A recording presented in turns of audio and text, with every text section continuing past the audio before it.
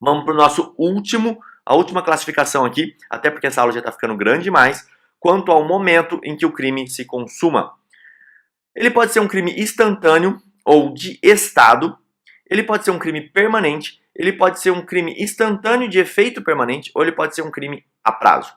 Quanto ao momento em que o crime se consuma, então a gente está falando da consumação do delito, que é um crime instantâneo ou de estado. A consumação se verifica em um momento determinado, não se prolongando no tempo. O exemplo, o furto. O exemplo, o homicídio. Aconteceu aquela conduta, a conduta acabou ali, o furto acabou ali, já foi furtado, ponto final. Esse é um crime instantâneo ou de estado. Então vocês podem ver que o mesmo crime vai se encaixar em diferentes classificações. Por quê? Porque eu estou mudando o holofote. Aqui eu estou olhando para o momento em que ele se consuma. Então eu posso dizer que o furto pode ser cometido por qualquer pessoa, não pode? Pode. Então, ele é um crime comum, certo?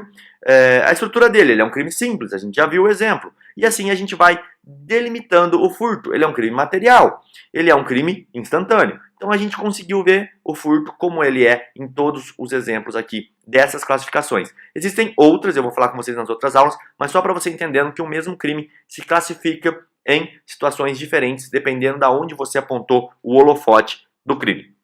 O que é um crime permanente? O próprio nome já fala e é fácil de entender. A consumação se prolonga no tempo, então o crime ele vai se consumando a todo momento. Por vontade do agente, o ordenamento jurídico é agredido reiteradamente. Então assim, dia após dia aquele crime está sendo cometido novamente, ele está ocorrendo novamente. Isso é um crime permanente.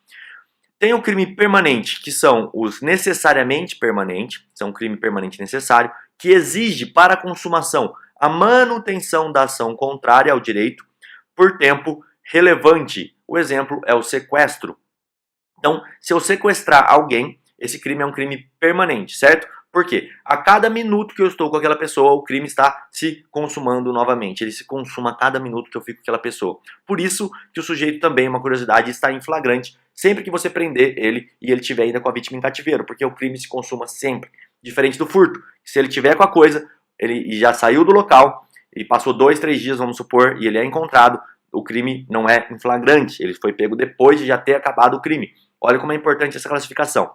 E tem os eventualmente permanentes, que são crimes instantâneos, mas a ofensa ao bem jurídico tutelado se prolonga no tempo. O exemplo, furto de energia elétrica. Acabei de falar para vocês que um crime instantâneo ou de estado é o furto, porque o furto consumou, acabou. O furto de energia elétrica, até se você for imaginar, ele já é diferente, porque ele vai se consumando toda vez que você está furtando energia elétrica, como se você estivesse cometendo pequenos furtos ao longo do tempo. Ele é um crime instantâneo, porém, os efeitos dele são permanentes. Por isso ele é chamado de eventualmente permanente. Dica muito legal essas duas aqui. Eu vou marcar para vocês aqui até com Vzinho aqui nas duas, que é para você lembrar também de se inscrever, mas que são duas classificações bem legais e bem importantes.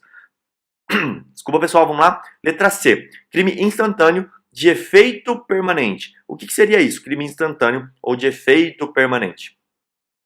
Os efeitos do delito subsistem após a consumação, independentes da vontade do agente. O exemplo aqui é um homicídio, porque quando você mata alguém, essa pessoa que morreu, ela morreu para sempre, não tem volta, entendeu? Diferentemente é do furto, que às vezes eu posso recuperar a coisa, devolver para a vítima, retornar ao status quo. Então, um crime instantâneo ou de efeito permanente é isso. Mas você está vendo que um crime instantâneo de efeito permanente, ele é um crime instantâneo, mas ele tem um efeito permanente. É uma subdivisão, seria uma subdivisão do crime instantâneo. Por isso que eu falei para vocês anteriormente que o crime de homicídio é um crime instantâneo, porém o efeito dele é permanente. Eu posso classificar até ele aqui nas duas, mas seria melhor classificado no efeito permanente. Crime a prazo. O que seria um crime a prazo?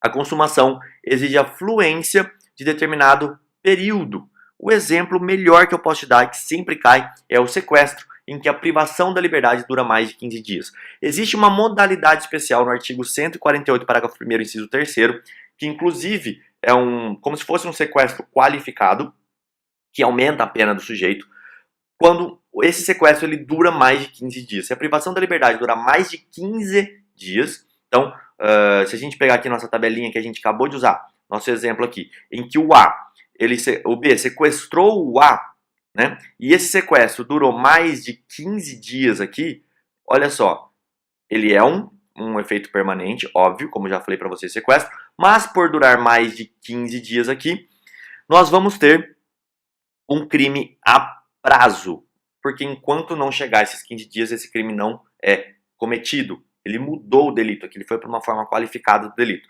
Apesar de ser um crime permanente, ele é um crime a prazo. Beleza, pessoal? Deu para entender bem isso aqui? Eu vou dar uma afastada aqui para vocês poderem ver o panorama geral da aula.